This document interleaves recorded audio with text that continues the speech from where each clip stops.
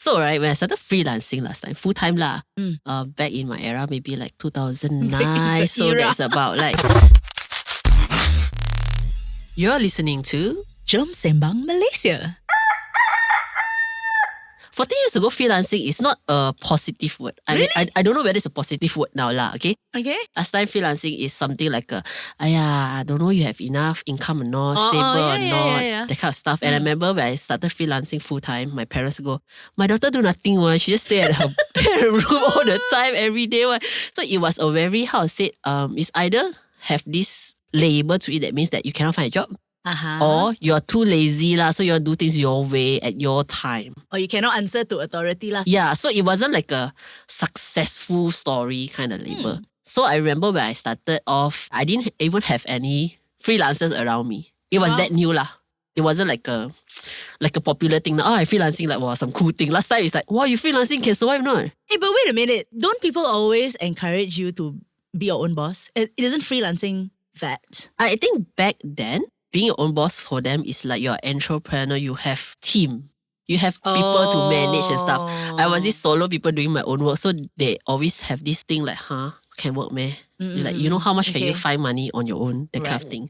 So I think that today we're going to talk about this is because I've been freelancing for 14 years so.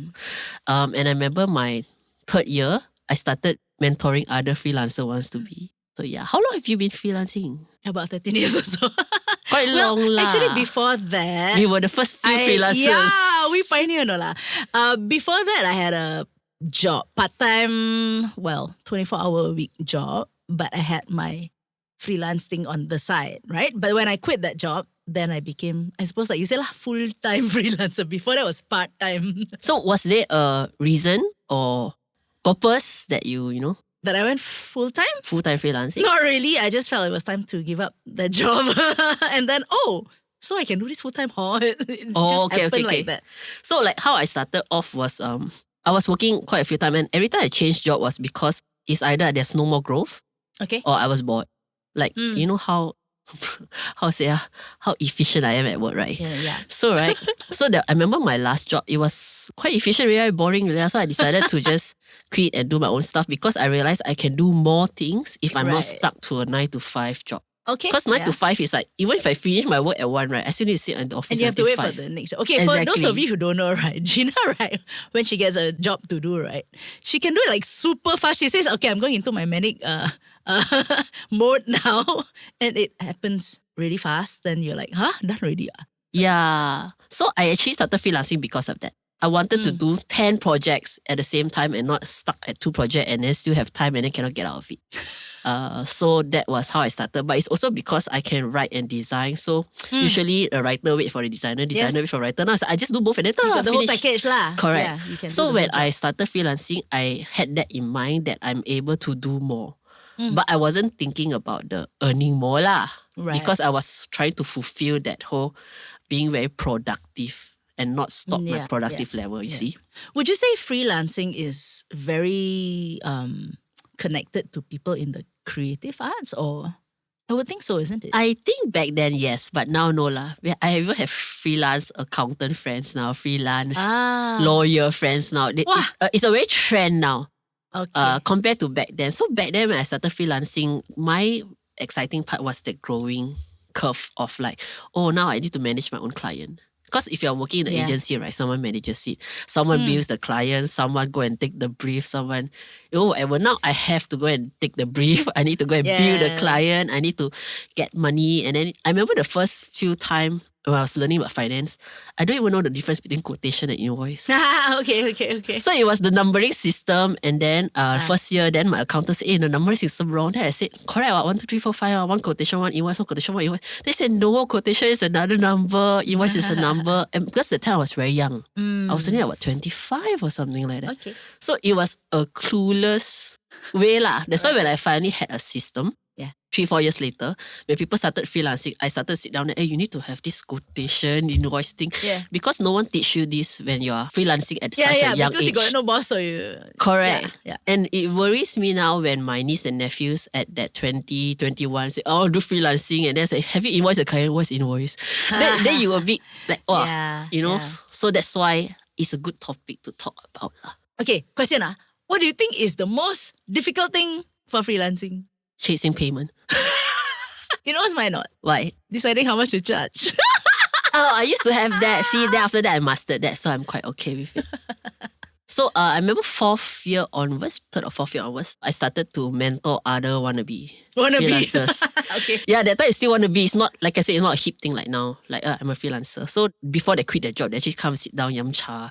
You know what the challenges you go through, like, you know, what are the things. And then normally I will explain lah. Yeah. And some of them like have to go back to meet the parents. Oh, you can freelance 3 years, can survive, my daughter cannot, you know, that kind of thing. So a little bit more of that. But there's one point where I actually started the sole proprietorship was because my client was Microsoft. And Microsoft said, hey, yes. we do not pay to individual name. Correct. Then I was like, So I started the company because I needed a company name for big international clients. So you became one of their vendors. Correct. You can really be a vendor if you're a company. Wow, see? Big people. So these are things that you go through as we learn. So I thought today we shall maybe discuss or talk about maybe the 5 things that you must do as a freelancer in order to be a great freelancer. And maybe after a break, we bring another freelancer to join us. Okay.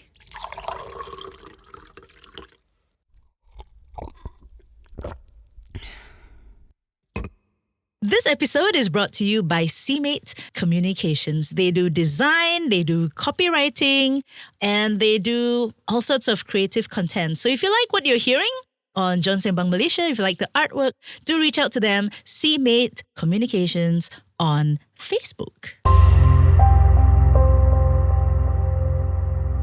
Okay, so some time back, we had a guest with us who actually started up his own sole proprietorship, and we thought, hey, what better person to talk about freelancing than with this person lah?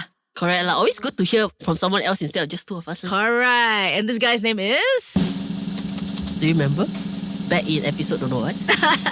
Melvin Goh. Hello again, everyone. I'm back. So yeah, how long were you freelancing before you became a sole proprietor? Wow, that is a good question. I think I've always been a freelancer since I started my university days. Oh, I was always not picking hired. up gigs. Yeah. He's not even like employee before. Oh yeah. Wow, totally new prospect. But if you think about it, I was hired under a company, the cruise ship company, for 6 months. So that was when I was not a freelancer. Okay. Yeah, but maybe I took a 6-month gig as a freelancer lah. Then I've been doing it since I was maybe like 19. And how old am I today? I'm 31. Ooh. So that's about... Hey, I think we all started freelancing when it's just beginning as a word. Yeah. But did you do internship before that? I did internship with your brother, Oh yeah. Mr. Aubrey Suito. Yeah. Okay. And then after that, I only started the freelance thing. Then after that, I did my freelance thing lah. But internship is different lah. It's not really like, you know, in having a boss kind of. Yeah, but you get fixed salary. I mean, the whole idea of freelancing is there's no fixed salary lah. So maybe we tackle that's the first thing we'll talk about. Okay. Not having a fixed or stable income. Yeah. Okay, so when you first started so young, got income, no income also. I mean, it wasn't something that bothers you, right? Yeah, it wasn't something that bothers me because I had no financial responsibilities to shoulder then. So however much I earn in a month, okay lah, as long as I'm earning money, I just, okay lah, happy-go-lucky like that. Yeah. How are you?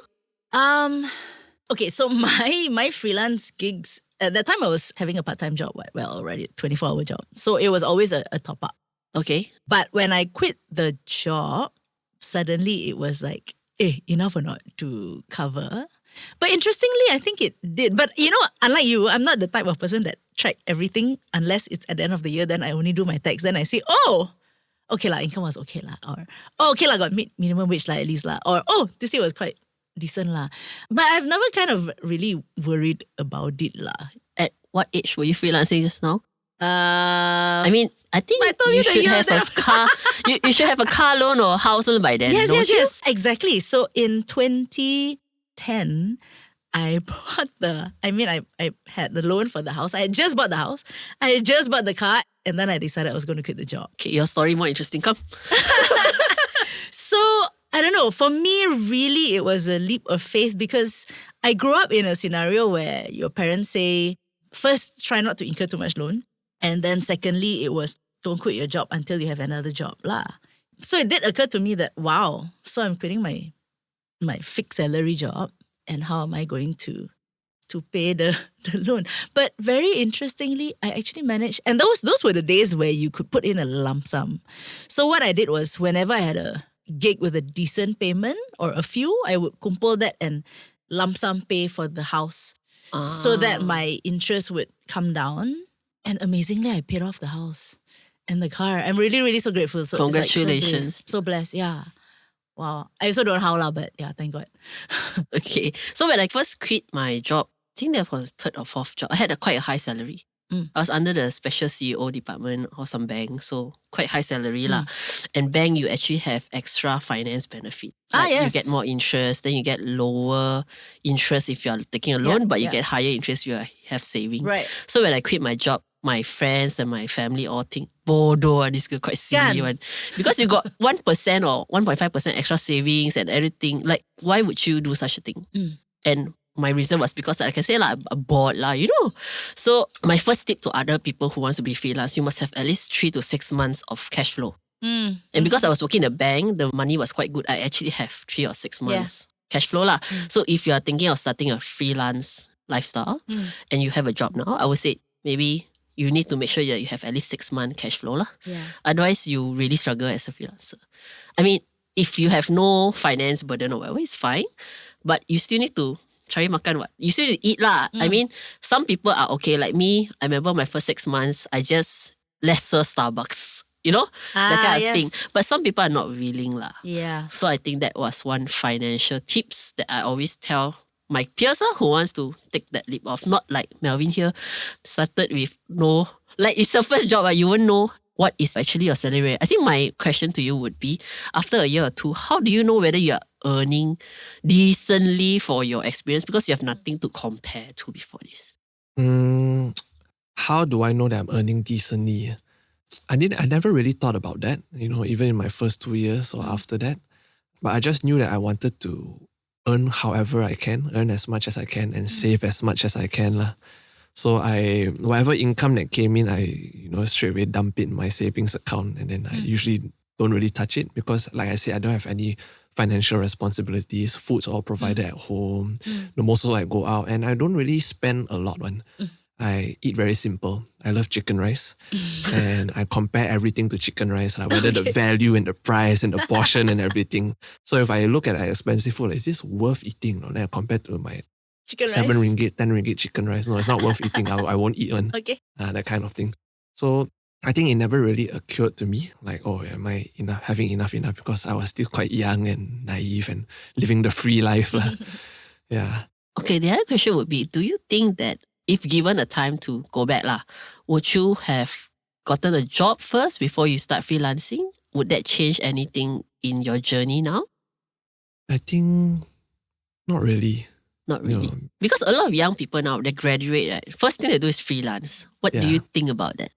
Well, now if I'm looking from the perspective today, all right, I would say that it's you really have to calculate the cost and know what you're getting into, and you shouldn't just jump into it because it's the trendy thing to do, but you need to go into this thing. You need to go into it informed. Yeah, you need to go into it informed. That means you should have done your homework to speak to other freelancers, and know about their struggles. I think it's important to know about the struggles and the difficult times they went through so that you can learn from their stories and also know how to prepare it and anticipate it for yourself as a freelancer, because it's never a easy road. True. Okay, so with freelancing, obviously, we're talking about income, right?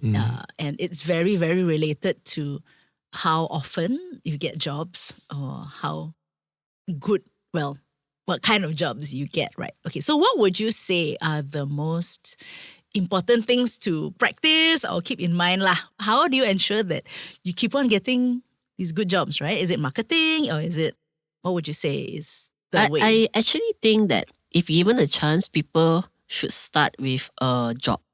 A full-time job for at least a year or two to learn the ropes. Because when you're hired and you're learning, you make all the mistake at the company's expense. Okay. Okay? But if you come out and freelance, if you mess up, not only if you mess up, you lose the job, it's fine. If you need to pay back because you mess up, then you don't have nothing to pay back because you just started. Then you are actually learning and paying your lessons. It's quite Out of your own pocket, right? Yeah, it's quite painful. Yeah. So I actually think that looking back, right, when I started the first year of freelance, I was quite a good employee lah. Like, I have good communication and relationship with all my bosses and colleagues. I remember when I quit, they also offered me jobs. Oh, you don't want to work there, lah, you freelance. So I got most of my first 10 clients was connections. And the connections wouldn't have happened if I didn't have a job in the first place. So if you are starting, I can imagine if I started fresh from college, I go out there, to look for a client would be hard because there's no portfolio, there's no reputation, there's no track records and stuff like that. So if you ask me, going out and getting the experience at other people's expense is actually a good idea for at least a year or two before you start your own freelancing journey. You make all your mistakes there. Yeah, from there, I really got a lot of stable clients. So my client, right, the first 3 years was very, very stable. It was just word of mouth from my employment years. And I wasn't employed for a long time, maybe like 4 5 years. That was all I had before I started my freelance journey lah. So I think in terms of clients, you need a track record. I mean, there are people who give you a chance. So your track record is probably when you internship with Aubrey. There is that hope, people know how Melvin plays, If you didn't have that you go out there and say, hey, I want to play, then where does it come from? Why must I trust you and pay you? And especially when you can't even tell me, if I ask you, hey, can you send me invoice, what is that?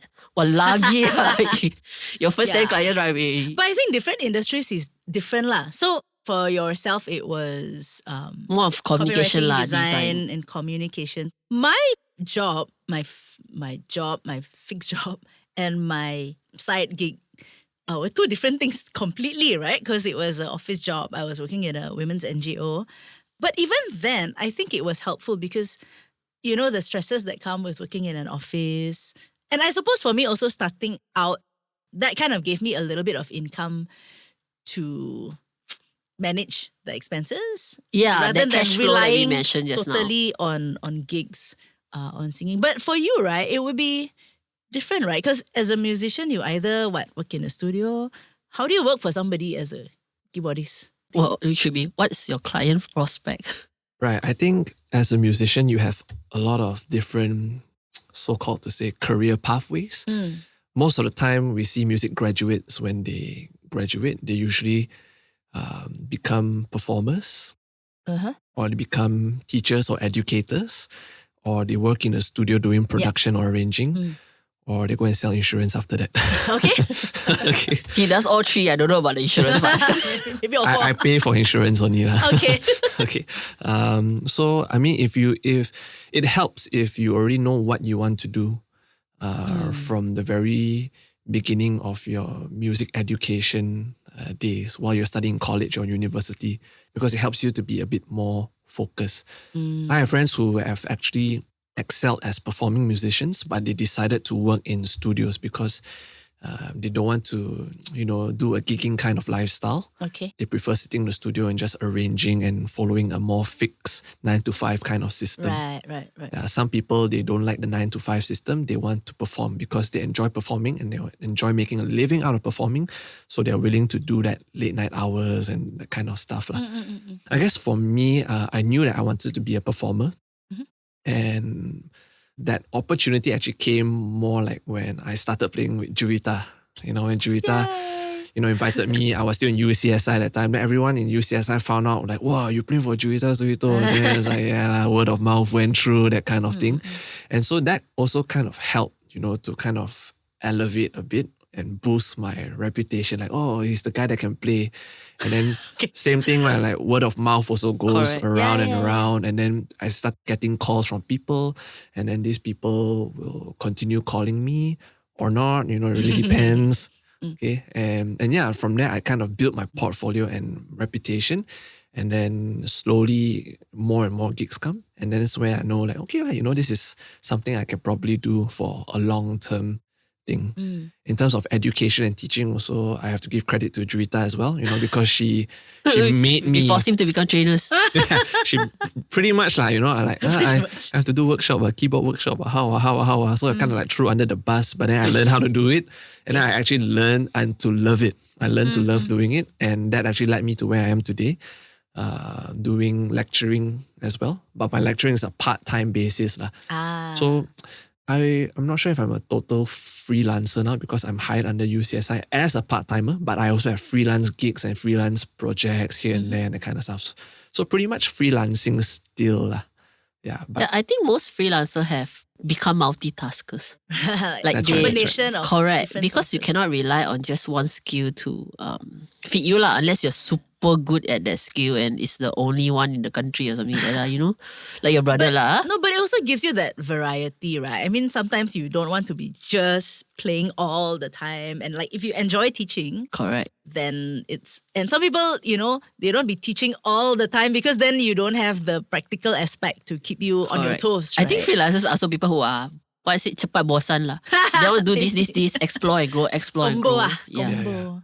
But you mentioned something that was very important. I think you said the word reputation. I think that's very, very important in the freelancing Yes. world. But a lot of people don't realize, or the first timers don't realize, reputation takes time to grow. True. And you need to make sure that you have enough sustainability power for that reputation to be built.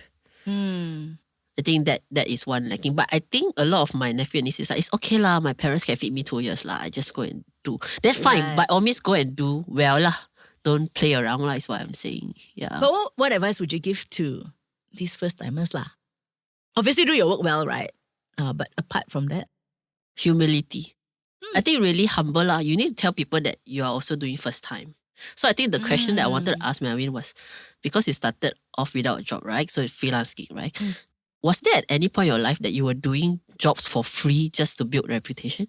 I wouldn't say do for free, but it was like really low paying lah. Like low paying gigs, like unimaginably low. Like I also don't know why I did it last time. If I were to get an offer today, I'm like, no thanks, man. but yeah, I mean, I did it last time because you had to start from somewhere. Correct. You had to start from somewhere, whether it's like they feed you scraps or whatever. You just have to take your first job, do it well, and then let your work do the talking. Yeah.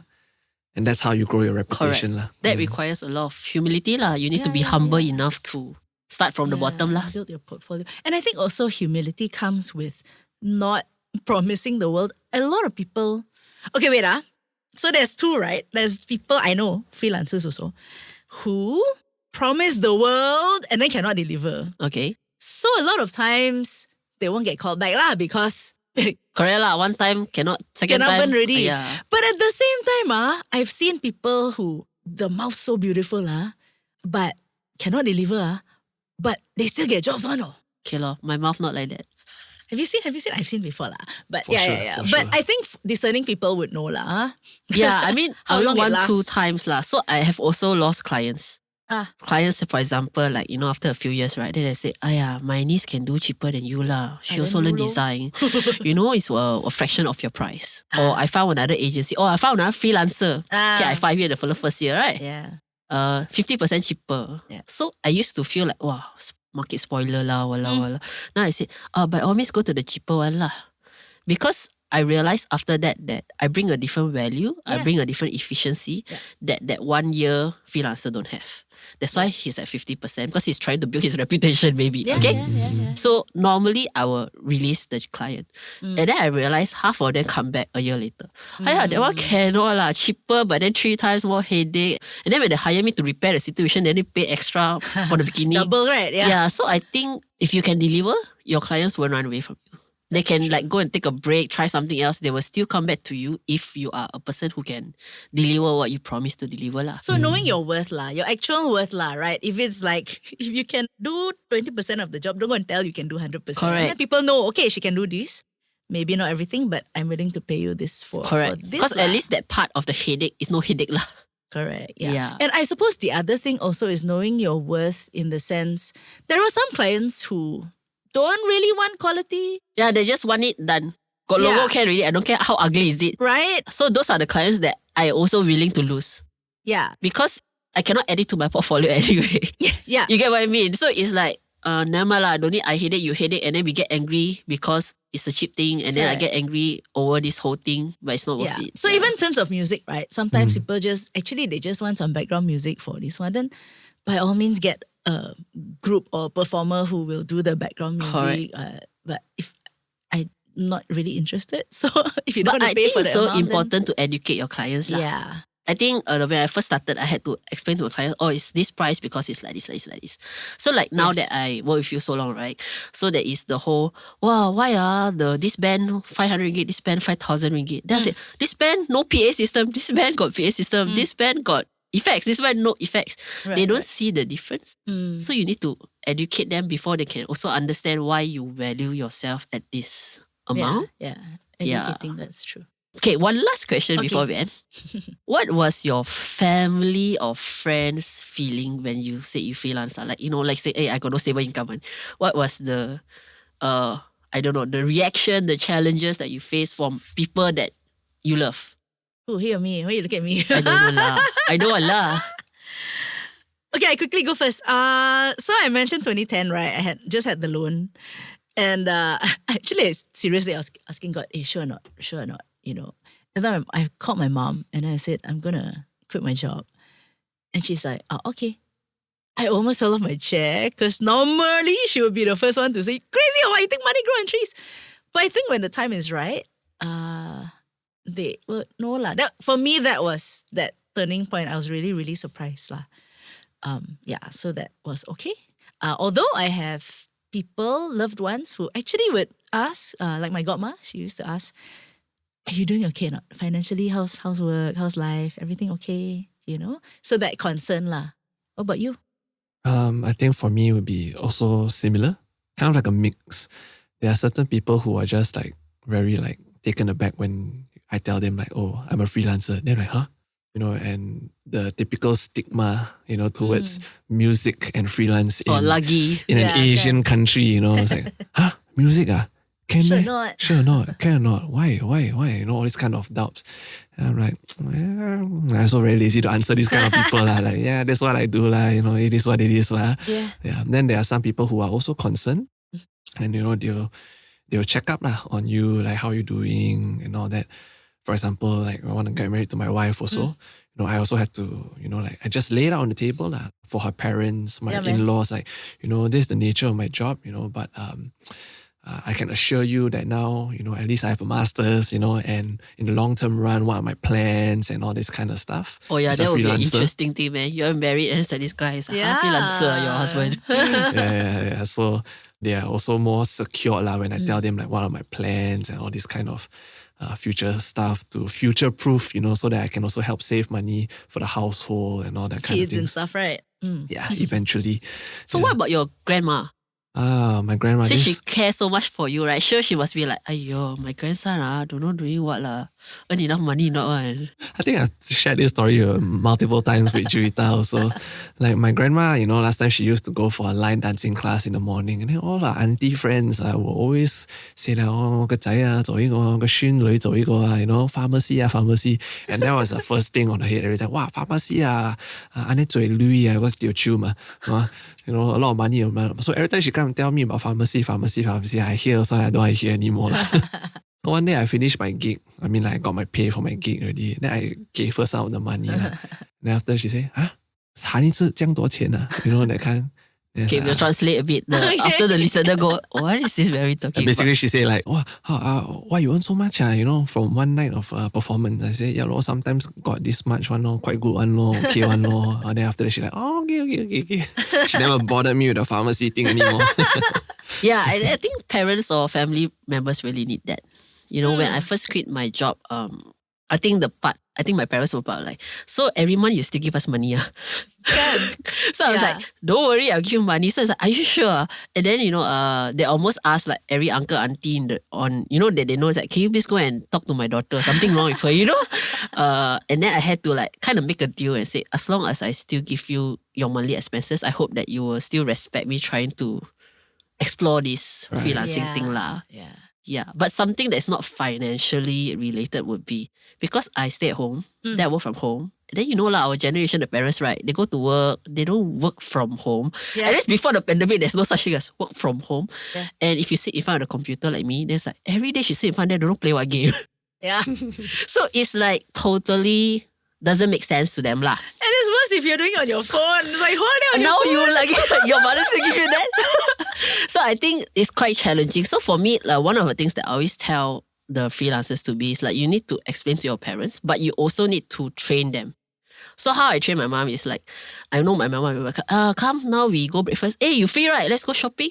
Let's go run errand. That's like, it's not free. It's a 9 to 5 at my room, in my room, like, But the moment they see you at home, it's like you need to do 101 household and chores and whatever not. And it's like now, that kind of thing. I remember the first 3 months, I struggled a lot. I was like, Mom, I'm working. No, you don't look like you're working. You're just sitting behind the laptop, or something like that. And it reached a point where I had to draw the working hours on my door. Stick it on my door and say, talk to me during lunch only. And I will stick it there. Then they slowly start to adjust. Then I said, I'm okay if it rains, I collect laundry. But not stuff lah. Since you're at home, please do this, because I cannot function. And I think that really helps when you train your parents or people that you live with that, hey, I'm working, you need to respect this time. It's a very important step for a lot of freelancers. Because even if you don't work from home, let's say you go and do gig, right? Yeah, Melvin, your gig at night, right? Daytime you can go do this. But they never think that, okay, you actually need that time to do your homework before your gig. Yeah. So I think freelancing also has that, remembering the influence you have to the people that you live with, Especially now you have a wife. Your wife might think, every day he's at home, man. Maybe I ask him make breakfast every morning. Then, His wife very good. His wife go for his gigs. Yeah. So it's a very different culture because his wife same age as him lah. Yeah. So I think that's the kind of influence that, I had to teach my parents what a freelancer is. Yeah. Yeah. Any last words? No, I think actually now we have it a bit better. Now we actually have an economy. They've actually made gig economy a thing, So we're somewhere on the map somewhere. Somewhere. Somewhere. Not bad. Not bad. Yeah, so if those of you are looking at trying freelancing and, maybe at a very young age, talk to other freelancers, see what their struggles is, how they collect money, how they collect deposit from people. Yeah. Like my client have run away before because I don't know the processes. They will teach you all this collect deposit and stuff like that. So talk to other freelancers. Don't think that you know everything because you actually won't know until you step in. Yeah. Yeah, I have one thing to add. I mean, like, these things are important as freelancers, especially if you're a music freelancer, because these things you will never learn in university. True, it's not textbook. University never taught me all this. Only when you go out, then you start to realize, I need to do this. I need to do this. So that's why talking to other freelancers or doing your own homework to learn how the trade works will really help. Yeah. Music school only teach you how to read Do Re Mi. Okay, with that, we hope that you have enjoyed a good episode learning about things from these 3 freelancers here. And share with us your freelance experience on there's this audio note thing, right? Yes. Jom Sembang Malaysia is hosted by 2 Malaysians who are passionate about Malaysian stuff. Stay tuned every week for a brand new Sembang session with Cerita Suito and Gina Yap Layung. Today's episode is recorded at Studio 2105. Remember to click like and subscribe for the brand new episode next week.